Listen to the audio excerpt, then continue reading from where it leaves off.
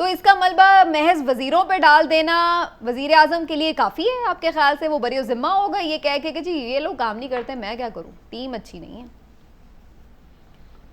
جی ہاں، good question. بات اصل سیدھی سادی یہ ہے کہ چلیے وزیر اعظم صاحب اپنے منسٹرز کے پرفارمنس کو ایویلیویٹ کریں گے، مگر ہم تھوڑا سا ان کا پرفارمنس کو ایویلیویٹ کرنے دیں نا. ان کا پرفارمنس کون ایویلیویٹ کرے گا؟ چلیے ہم کرتے ہیں اس کے لیے. میں اسے کہتا ہوں کہ اگر 10 مارکس میں ان کو صرف 5 دوں گا، اور آپ کہیں گے کہ 5 کیوں؟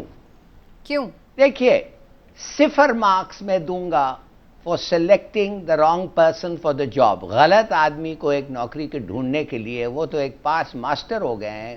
یہ مثال کے طور پہ کوئی ایک انسان ہے جو کہے گا کہ بزدار کو کبھی نہیں چیف منسٹر بنانا تھا سندھ کا، اور 2 سال تک انہوں نے بنا کے اور اڑیل ڈیٹ بن کے اس کو رکھے ہیں پنجاب کے چیف منسٹر. بالکل صحیح کہہ رہے ہیں. مائی گاڈ. جی ہاں، میں سمجھتا ہوں بزدار صاحب اچھے آدمی ہیں، ان کو زکوٰۃ کا ایڈمنسٹریٹر بنانا چاہیے تھا. اب سرور صاحب پہ آپ آ جائیں، ایوییشن منسٹر، مائی گاڈ. میرے خیال میں ان کو بھی ان کے چال سے آپ کو پتہ چل جائے گا. واٹر مینجمنٹ ایسی کوئی چیز ان کو دیتے، ذمہ دار آدمی ہیں، اچھے آدمی ہیں، مگر ایسا کوئی سبجیکٹ ہوتا تو شاید وہ کامیاب ہوتے. مگر ان کو آپ نے چیف منسٹر ایوییشن منسٹر بنا دیا، اور ہمیں دیکھا ہے اس کا نتیجہ کیا ہوا. ساتھ 0 مارکس کی شوگر کی سبسڈی کے لیے اور پیٹرول کے پرائس رائز کے لیے. مگر اب اور آئیں 0 مارکس کے آپ 5 آئی جیز اور 5 چیف سیکرٹریز 2 سال میں پنجاب کو چینج کیا، اور 4 آئی جیز اور 3 چیف سیکرٹریز آپ نے کے پی میں چینج کیا. اور 0 مارکس ہے کہ آپ نے اپنا پرنسپل سیکرٹری آزاد خان کو فواد حسن فواد سے بھی زیادہ پاورفل کر دیا. میں اعظم خان کی آپ سے بات کریں. اعظم خان، میں تو ویسے یہ جاننے میں زیادہ انٹرسٹڈ تھی کہ آپ 5 نمبر کون سی چیزوں پہ دے رہے ہیں. وہ مجھے نہیں ابھی ملی، ابھی تو 0 نمبر مل رہے ہیں. اور 0 مارکس آپ کو میں اس لیے بھی دینا چاہتا ہوں کہ آپ نے ماڈل ٹاؤن کے قتل کو آپ نے 2 سال میں اس پہ کوئی پروگریس نہیں کیا ہے as far as justice, dispensing justice is concern, انصاف دینے کے لیے. مگر 5 مارکس میں آپ کو دیتا ہوں. 5 ایکسپوز فارن پالیسی پہ کہ آپ نے مودی کو اور انڈیا کو آپ نے ایکسپوز کیا. اور کچھ وہ 5 مارکس آپ کو اس لیے بھی ملیں گے کہ اب تک لارجلی زیادہ تر آپ کی انٹیگریٹی پہ اب تک لوگ یقین کرتے ہیں. مگر ایک چیز ہمیں بتا دیں جانے کے پہلے، یا جلدی سے بتا دیں، کہ روزویلٹ آئلینڈ کا جو ڈیل ہوا ہے وہ کس کے ساتھ ہوا ہے، کون سا انویسٹر ہے، اور وہ کیسے ہوا؟ ٹھیک ہے، روزویلٹ ہوٹل کے بات کریں آپ، یہ بھی بتا دیں. ٹھیک ہے. اچھا، ویسے آپ نے جو مارک شیٹ نکالی ہے نا، مجھے اس پہ کافی وہ سمجھنے کی ضرورت ہے، کیونکہ کچھ بہت مائنر ایشوز ہیں، کچھ کو بالکل، یعنی مجھے سمجھ میں نہیں آیا کہ آپ کیپیبلٹیز کے حوالے سے یا ایشو ٹو ایشو یا محکموں کے حوالے سے بات کر رہے ہیں. لیکن بہرحال جو آپ کی ایک اوپینین ہے. عمران صاحب آپ کچھ کہنا چاہ رہے ہیں؟ میں نے ایک چھوٹی سی آپ کو رپورٹ بھی دکھانی ہے جو ہلال صاحب نے کامنٹ. اچھا جی، رپورٹ ضرور دیکھتے ہیں، لیکن میں ایک بات ضرور کہنا چاہوں گا. ہلالی صاحب ابھی اعظم خان صاحب کا ذکر کر رہے تھے، فواد حسن فواد کا ذکر کر رہے تھے، تو میں یہاں یہ بتانا چاہتا ہوں کہ ان دونوں میں ایک بات مشترک ہے، اور وہ وہی بات عمران خان میں بطور وزیر اعظم اور نواز شریف میں بھی بطور وزیر اعظم مشترک ہے. وہ کیا؟ وہ یہ ہے کہ دونوں اس ہائی پاور سلیکشن بورڈ کی میٹنگ میں خود شریک تھے. فواد حسن فواد اس میٹنگ میں تھے، اعظم خان اس میٹنگ میں تھے جن میں ان دونوں کو پروموٹ کیا جانا تھا. یعنی کہ اپنی پروموشن کے اجلاس میں یہ خود بھی شامل. چلیں، یہ انٹرسٹنگ رہا، تاریخ میں پہلی دفعہ ہوا ہے. دوسری بات یہ جو آپ بات کر رہی تھی ان کی کپتان کی، کہ اب پرابلم کیا ہے. 1 منٹ میں آتی ہوں نا آگے، تھوڑا سا مجھے بھی موقع دیں. جو ہلال صاحب بات کر رہے تھے نا کہ جو بریاں بانٹی ہیں اس کے اوپر بڑے کوشچنز ہیں، تو وہ کویشچنز وہ خود بھی لگاتے ہیں لیکن اس کے بعد انہیں کویشچنز کے جواب بھی وہ دیتے ہیں. اس طرح کے بار بار ہمیں کیبنٹ میں کچھ ری شفل نظر آتا ہے. تو میں آپ کو ایک شارٹ سی رپورٹ دکھانا چاہ رہی ہوں تاکہ آپ کو ذرا اندازہ ہو سکے کہ آخر کپتان کے کھلاڑی کون سے ہیں اور وہ انہیں کہاں کہاں آزما چکے ہیں. تحریک انصاف حکومت کی پہلی کابینہ 16 وزراء اور 5 مشیروں پر مشتمل تھی. وزراء کی کارکردگی سے ناراض وزیر اعظم نے 18 اپریل 2019 کو کابینہ میں بڑی تبدیلیاں کی جس میں کئی بڑے ناموں کے قلمدان تبدیل کیے گئے اور اسد عمر نے وزیر خزانہ کا قلمدان چھوڑا جن کی جگہ عبدالحفیظ شیخ کو مشیر خزانہ بنایا گیا. فواد چودھری سے وزارت اطلاعات واپس لے کر انہیں وزارت سائنس اینڈ ٹیکنالوجی کا قلمدان دیا گیا. بریگیڈیئر ریٹائرڈ اعجاز شاہ کو وفاقی وزیر داخلہ بنایا گیا. غلام سرور خان سے وزارت پیٹرولیم لے کر وزارت ایویشن دی گئی اور فردوس عاشق اعوان کو معاون خصوصی برائے اطلاعات مقرر کیا گیا. عامر کیانی سے قومی صحت کی وزارت واپس لی گئی اور ظفر مرزا کو وزیر اعظم کا مشیر برائے قومی صحت بنا دیا گیا. 18 نومبر 2019 کو اسد عمر کی کابینہ میں واپسی ہوئی. اس کے بعد 6 اپریل 2020 کو بھی کابینہ میں بڑی تبدیلیاں کی گئیں. وفاقی وزیر برائے تحفظ خوراک خسرو بختیار سے قلمدان واپس لے کر سید فخر امام کو دیا گیا. حماد اظہر کو وزیر صنعت و پیداوار بنایا گیا جبکہ بابر اعوان کو مشیر پارلیمانی امور تعینات کیا گیا. کابینہ میں حالیہ تبدیلی 27 اپریل 2020 کو ہوئی جب سینیٹر شبلی فراز کو وزیر اطلاعات و نشریات مقرر کیا گیا اور lieutenant general retired Asim Saleem Bajwa کو فردوس عاشق اعوان کی جگہ معاون خصوصی برائے اطلاعات مقرر کیا گیا. تو رپورٹ میں آپ نے دیکھا کہ کھلاڑی بدلتے رہے ہیں, کچھ نئے چہرے شامل ضرور ہوتے رہے ہیں لیکن کچھ کی صرف پلیسمنٹ ڈفرینٹ ہوتی رہی ہے. تو عمران صاحب کیا عمران خان صاحب کے پاس آپشن نہیں ہے کہ وہ انہی چہروں کو مختلف جگہوں پہ آزما رہے ہیں کہ شاید اب یہ یہاں پہ کام کر جائے, چلو اب یہ یہاں پہ کام کر جائے؟ میرے ہردل عزیز وزیر اعظم جو ہے نا عمران خان صاحب, اصل میں ابھی تک نا وہ ٹیم کے کپتان ہیں. انہیں سب لوگ کپتان کہتے ہیں تو وہ خوش ہوتے ہیں اسی لیے کہ وہ ابھی تک اسی ٹیم کے کپتان ہیں. کیا ہوتا تھا, جس بولر کو مار پڑتی تھی, پینٹی لگتی تھی, وہ اس کو چینج کیا, دوسرے کو لے آئے. اگر مڈ آن والے کھلاڑی نے کیچ چھوڑ دیا اس کو گلی میں بھیج دیا اور گلی سے مڈ آن پہ لے آئے. ابھی تک وہ اسی طرح سے نا پاکستان میں اپنی حکومت میں جو وزراء ہیں ان کو بھی اسی طرح سے چلا رہے ہیں. بھئی آپ یہ دیکھیں کہ اگر ایک بندہ آپ کا گیس کے بحران کا ذمہ دار تھا, اس نے آپ نے ہٹایا تو اسے آپ نے لگا دیا ہوا بازی کا وزیر. ہوا کیا نتیجہ یہ ہوا کہ پوری دنیا میں وہ آپ کی بدنامی کا باعث بن گیا. اس نے پاکستان کو جگ ہسائی وہ کرائی کہ بندہ بس توبہ ہی کرے. عمران خان صاحب جب تک اس کپتانی سے باہر نہیں نہ آئیں گے, ملک کو چلانا اور بات ہے, ٹیم کو چلانا ایک الگ بات ہے. لیکن اس میں کیا بری بات ہے, اگر ایک بندہ کام نہیں کر رہا ہے اس کو ہٹا دینا, یہ تو ان کا اختیار بھی ہے ایز اے پرائم منسٹر, اور اس کے ساتھ ساتھ میرے خیال سے بجائے اس کے کہ مزید نقصان ہوتا رہے, اگر کوئی بندہ ایک وزارت نہیں چلا پا رہا تو اس میں بدل دینے میں کیا برائی ہے؟ میں تو کہتا ہوں کوئی برائی نہیں, یہ تو اچھی بات ہے. لیکن اگر ایک بندہ وزارت نہیں چلا رہا تو ایک نہیں چلا رہا تو دوسری کیسے چلا لے گا؟ یا تو اتنا ناگزیر ہے. اب دیکھیں نا, آپ فواد چودھری صاحب سائنس اینڈ ٹیکنالوجی کی وزارت اتنی اچھی چلا رہے ہیں, وہ وزارت اطلاعات میں نہیں سیٹ ہو سکے, وہاں پہ اتنے اچھے سیٹ ہو گئے. آپ کو یہ کس نے کہا ہے؟ فواد چودھری صاحب تو خود, ان سے پوچھ لیں اگر آپ آف دی ریکڈ, تو وہ کہیں گے کہ جو وزارت اطلاعات میں چلا رہا تھا ویسی تو اب تک کوئی نہیں چلا رہا. اور میں ان سے تھوڑی پوچھنا ہے, بات تو یہ کہ پرائم منسٹر صاحب مطمئن ہیں یا نہیں. بات پرائم منسٹر کی ذات کی چھوڑ دیں. میں خود سمجھتا ہوں کہ فواد چودھری بطور وزیر اطلاعات بڑا اچھا کام کر رہے تھے, لیکن بات یہ ہے, یہ میں نکلوانا چاہ رہی ہوں, آپ اگر اس طرح کریں گے کہ لوگوں کو یا تو کوئی اچھا ہوتا ہے یا برا ہوتا ہے. صحیح ہے, تو آپ کہتے ہیں کہ جی انہیں دوسرے محکموں میں لگانے کا کوئی فائدہ نہیں ہے. لالی صاحب, اب آپ کو کیا لگتا ہے کہ پرائم منسٹر صاحب ان کی پرفارمنس کا تو آپ نے جائزہ لے لیا, اب ذرا ان کی کیبنٹ کے اوپر اگر آپ نظر ڈالیں تو آپ کو کیا لگ رہا ہے کہ پرائم منسٹر کو میجر چینجز کرنے چاہیے؟ کون سے آپ کے نزدیک ایسے لوگ ہیں پی ٹی آئی کے جو اچھے لوگ ہیں, جو پرفارم کر سکتے ہیں, لیکن عمران خان صاحب ان کو موقع نہیں دے رہے؟ کوئی ہے آپ کی نظر میں ایسا بندہ؟ دیکھیے, ایک کپتان جو ہوتا ہے اس کا کام یہ ہوتا ہے کہ پلیئرز کو ان کو انکریج کریں اپنے ٹیلنٹس اور اپنے سکلز کو ڈسپلے کرنے کے لیے. مثال کے طور پہ فخر امام ہے, فخر امام سے میں نے تو ایک لفظ نہیں سنا ہے. فوڈ سیکیورٹی کا منسٹر ہے, بڑا کی پوسٹ ہے اور بڑا پڑھا لکھا آدمی ہے, سلجھا ہوا آدمی ہے, میچور آدمی ہے, اس کو پروجیکٹ کراؤ, اس کو باہر آنے دو. ایک اور ہے محمد میاں سمرو، آپ نے نام تو ضرور سنا ہوگا، جی جی. مگر اس سے چو بھی نہیں سنا ہے آپ نے. کیوں؟ پریزیڈنٹ رہ چکا ہے، پرائم منسٹر رہ چکا ہے، گورنر رہ چکا ہے، اسٹیٹ بینک کا گورنر رہ چکا ہے. کون سا عہدہ ہے جو نہیں رہ چکا ہے؟ اس وقت پرائیویٹائزیشن کمیشن کو ہیڈ کرتا ہے. بھائی اس کو آگے لاؤ، اس کا ایکسپیرینس ہے، اس سے بات کراؤ، اسے کمیونیکیٹ کراؤ لوگوں کے ساتھ. وائی از ہی ہائیڈنگ؟ دیکھیے میں آپ کو ایک چیز بتانا چاہتا ہوں، یہ جو گورنمنٹ ہے، معاف کریے، یہ ایک وائمار ریپبلک ورلڈ وار 1 کے بعد جرمنی کو کہتے تھے وائمار ریپبلک. ادھر کیا ہوا تھا؟ فیلئر تھا گورنمنٹ کا، ہائپر انفلیشن تھا، فوڈ پرائسز بڑھ رہے تھے، ان ایمپلائمنٹ ڈبل ہو رہا تھا، ایک دشمن تیاری کر رہا تھا ان کو اٹیک کرنے کے لیے. اور اس کے بعد کون آیا پاور میں؟ ہٹلر.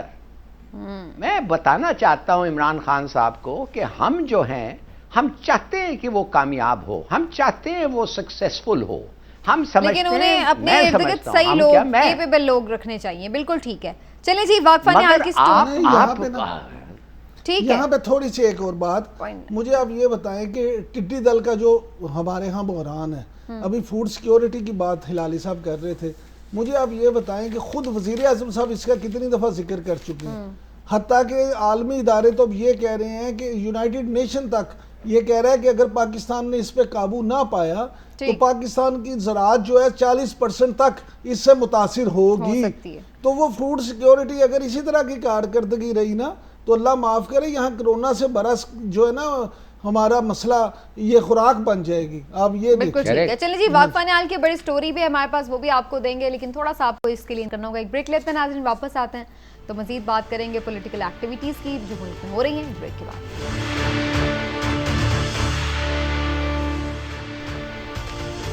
ویلکم بیک جی. عمران خان صاحب کی فیصل سازی کے حوالے سے سوالات اٹھائے جا رہے ہیں اور اسی حوالے سے واقفہ نہال کی بڑی خبر بھی ہے اور جس کا ذکر ہم پہلے ہی کر چکے ہیں. تو بغیر وقت ضائع کیے جان لیتے ہیں عمران صاحب سے. عمران صاحب، واقفہ نہال کیا بتا رہے ہیں؟ کوئی میرٹ پہ سلیکشنز ہو رہی ہیں؟ ساری تعیناتیاں میرٹ پہ چل رہی ہیں جیسے کہ وعدہ کیا گیا تھا؟ دیکھیں جی، ہمارے واقفہ نہال نے جو اس وقت حال سنایا ہے وہ یہ سنایا کہ آپ تو میرٹ کی بات کرتی ہیں، بلکہ بات یہاں تک پہنچ گئی ہے کہ سلیکشن کے حوالے سے ہائی پاور سلیکشن بورڈ کی جب میٹنگ ہو رہی تھی تو اس میں جن صاحب کا 1 نمبر پہ نام تھا وہ ڈسکس ہو گیا، دوسرے نمبر پہ ہو گیا. جب تیسرے نمبر کی باری گئی تو پرائم منسٹر نے کہا جی جو 7ویں نمبر پہ ہیں شخص، ان کا سی وی جو ہے وہ آپ پڑھ کے بتائیں. جس پہ پرنسپل سیکرٹری اعظم خان نے کہا جی وہ تو ابھی جونیئر ہیں، ان سے اوپر یہ جو لوگ ہیں سینئر ہیں. اس پہ جو ہمارے مشیر خزانہ حفیظ شیخ صاحب، انہوں نے کہا جی ان کی ویسے بھی شہرت بھی اچھی نہیں ہے. تو ہمارے وزیر اعظم صاحب، میرے ہر دل عزیز وزیر اعظم عمران خان صاحب جو ہیں وہ اس میں تھوڑا خفا ہو گئے. انہوں نے حفیظ شیخ سے پوچھا کہ تمہیں کیا مجھ سے زیادہ پتہ ہے؟ جس پہ ہمارے واقفہ نہال کا کہنا ہے کہ حفیظ شیخ صاحب نے پہلی دفعہ اپنی طبیعت کے برعکس وزیر اعظم کے آگے سے تکرار کی اور ان سے کہا کہ جی مجھے اس کا پتہ ہے، اس کی شہرت بھی اچھی نہیں ہے اور یہ جونیئر آدمی ہے. تو ہمارے واقفہ نہال نے ہمیں یہ بتایا کہ اصل میں 7 نمبر پہ جس شخص کا نام تھا وہ وزیر اعظم کے ایک انتہائی قریبی ساتھی کے عزیز ہیں، ان سے بڑی گہری تعلق داری ہے. اس لیے شاید اپنے اس ساتھی کے کہنے کی وجہ سے وزیر اعظم اس کا وہ کرنا چاہتے تھے. تو اب ہمارے واقفہ نہال یہ سناتے ہیں کہ یہاں پی ٹی آئی میں جو معاملات ہیں اس طرح کے وہ شروع ہو گئے. چلیں جی، اس کا مطلب واقفہ نہال کی بڑی خبر ہے، بری خبر نہ زیادہ تر بری نکل آتی ہے. لیکن جناب وہ کہتے ہیں نا تم قتل کرو کہ کرامات کرو، ہو جو بھی عمران خان صاحب کریں. فی الحال تو یہی بات ہے. ہلال صاحب کا بڑا ویلڈ کویشچن تھا جو پہلے سیگمنٹ میں وہ بات کر رہے تھے کہ عمران خان صاحب کی کارکردگی کون جج کرے گا. تو بالکل عوام جج کریں گے اور آفٹر 5 ایئرز ہی وہ موقع ہوتا ہے کہ آپ ان کی پوری ٹیم کی کارکردگی جج کریں.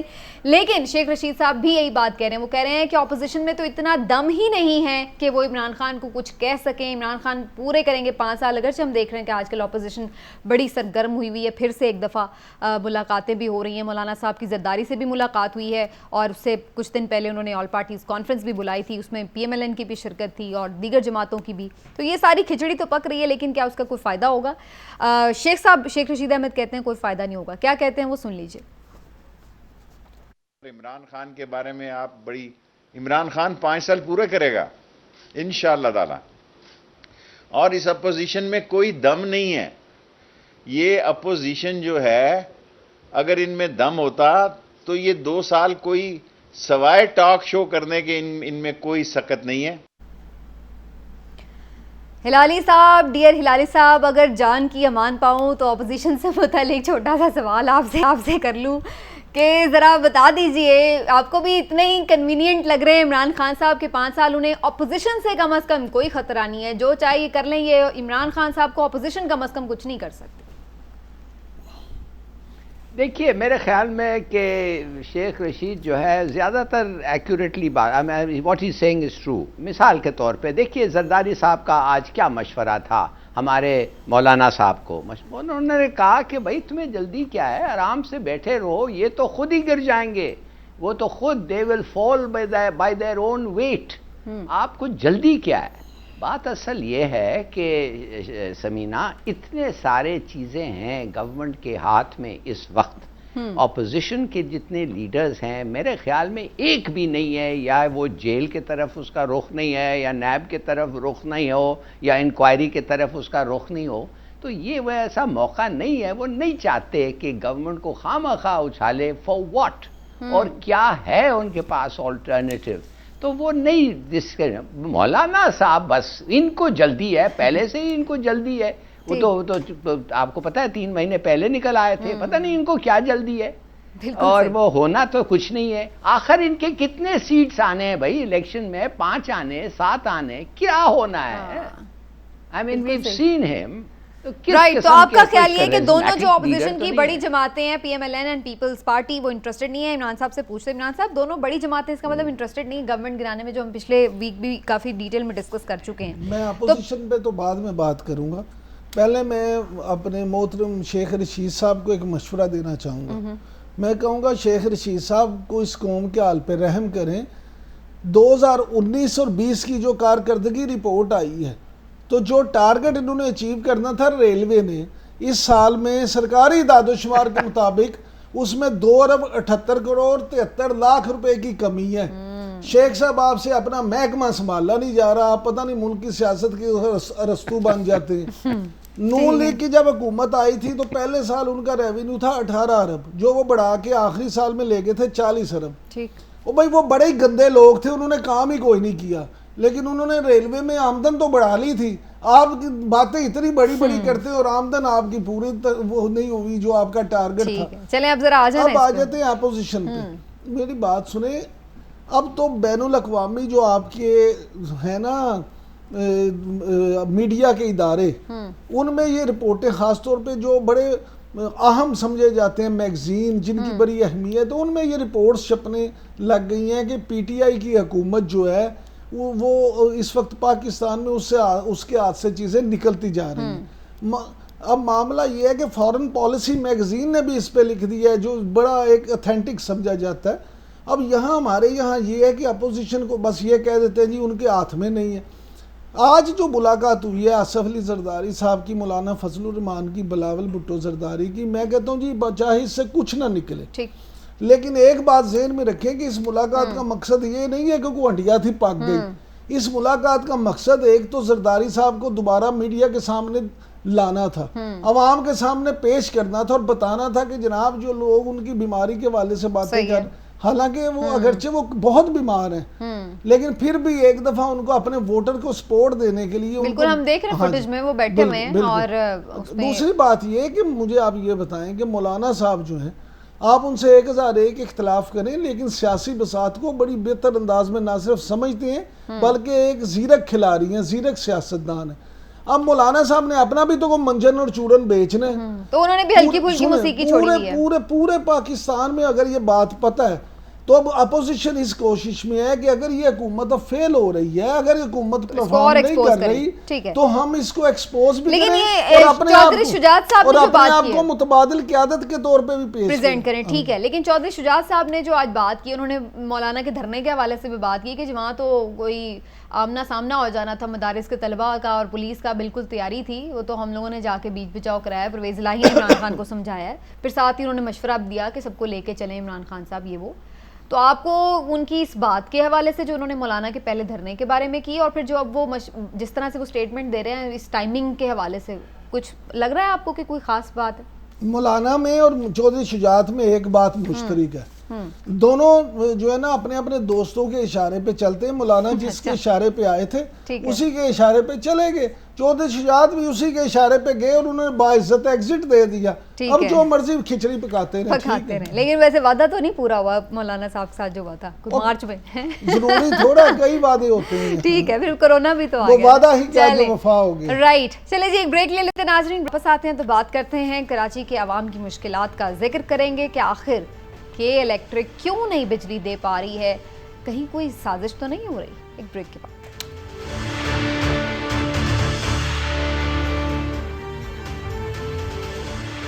کراچی میں جو لوڈ شیڈنگ کی صورتحال ہے سب کو ہی معلوم ہے، کراچی والے تو بھگت رہے ہیں، ظاہر ان سے زیادہ کس کو معلوم ہو سکتا ہے، اس لیے زیادہ اس کی میں تفصیل میں نہیں جاتی. لیکن میں یہ ضرور بتا دوں کہ اس سلسلے میں ایک اہم عوامی سماعت ہوئی جس میں چیئرمین نیپرا نے شرکت کی، کے الیکٹرک کے سی ای او صاحب تھے انہوں نے شرکت کی، اس کے ساتھ عوام بھی ویڈیو لنک پہ شریک ہو رہے تھے. دونوں طرف سے مختلف موقف سامنے آ رہے تھے کہ کس نے کس پر ذمہ داری ڈالی اور کیا ان کے موقف تھے کہ کیوں بجلی کا یہ بحران ہے. اگر کے الیکٹرک کے موقف کی بات کریں تو وہ کہتے ہیں جی کہ بجلی کی لوڈ شیڈنگ کی ذمہ دار کے الیکٹرک نہیں ہے. پی ایس او کو متعدد بار لکھا، فرنس آئل نہ ملا. پی ایس او نے کہا کہ فرنس آئل کی بجائے ایل این جی لے لیں. فرنس آئل نہ ملنے کے باعث سرکاری تھرمل پاور پلانٹ کم بجلی پیدا کر رہے ہیں. پورا ایندھن ملے تو ایک بھی میگا واٹ بجلی کم پیدا نہیں کریں گے. یہ کے الیکٹرک کا موقف ہے. اور انہوں نے کہا کہ بجلی کی ترسیل بہتر نہ کرنے کی ذمہ داری ہم وفاقی حکومت پر ڈالتے ہیں. یعنی کے الیکٹرک نے سارا معاملہ ملبہ پھینک دیا وفاقی حکومت پر. جبکہ نیپرا کی جانب سے بھی اہم سوالات بھی اٹھائے گئے اور نیپرا کا موقف یہ تھا کہ کے الیکٹرک بجلی کی پیداوار، تقسیم و ترسیل کے اقدامات کی سمری نیپرا کو فراہم کرے کیونکہ کے الیکٹرک ہمیں فیل کر رہا ہے. یہ بھی کہا کہ کارکردگی اس کی جانچی جاتی ہے جس کا کوئی معیار ہو. اگر کے الیکٹرک کو وفاق 800 میگا واٹ سے زائد بھی بجلی دے دے، کے الیکٹرک کے سسٹم میں بجلی ترسیل کرنے کی صلاحیت ہی نہیں ہے. یعنی نیپرا کا یہ موقف ہے کہ بجلی ہم دے رہے ہیں، یہ ترسیل ہی نہیں ہو پا رہی، ڈسٹریبیوٹ نہیں ہو پا رہی. وفاق سے درخواست کر کے آپ کو زیادہ بجلی دلوا سکتے ہیں مگر آپ ترسیل ہی نہیں کر سکتے. تو یہ تو جی نیپرا کا موقف اور کے الیکٹرک کا موقف جو آپ کے سامنے آ گیا. عوام کا موقف تو ایسا ہے جو کہ ہم ٹی وی پہ شاید چلا بھی نہیں سکتے جس قسم کے الفاظ وہ استعمال کر رہے ہیں. لیکن ہلالی صاحب کے پاس چلتے ہیں اور جانتے ہیں کہ وہ کیا سارے معاملے کے حوالے سے. ہلالی صاحب آپ کس پر ذمہ داری ڈالیں گے؟ کے الیکٹرک پر، وفاق پر، سندھ گورنمنٹ پر؟ کون ہے کراچی کے حال کا پرسان حال؟ پہلی بات سمینہ یہ ہے کہ کس نے فیصلہ کیا کہ ایک پرائیویٹ ایکوٹی کمپنی جس کو بجلی کے بارے میں کچھ پتہ ہی نہیں ہے، جس کا ایک سربراہ جو اس وقت ڈیٹینشن میں ہے، بریسلیٹ پہنا ہوا ہے، جیل کے ایکسٹریڈیشن لڑ رہا ہے امریکہ کے. ان ادر ورڈز 22 ملین لوگ پاکستان کا اکنامک ہب، اکنامک دل کو آپ اس کو الیکٹرک کمپنی کے ہاتھ میں دیا ہے، اس آدمی کے ہاتھ میں دیا ہے جس کو کچھ نہیں پتا ہے how to run an equity company, جو ایک پرائیویٹ ایکوٹی فنڈ مینیجر ہے اور جس نے کبھی چھپایا نہیں کہ بھائی میرا تو کام یہ ہے پیسے بنانا، میں اس کو خریدوں گا، تھوڑا چمکاؤں گا اور پروفٹ کے لیے بیچ دوں گا.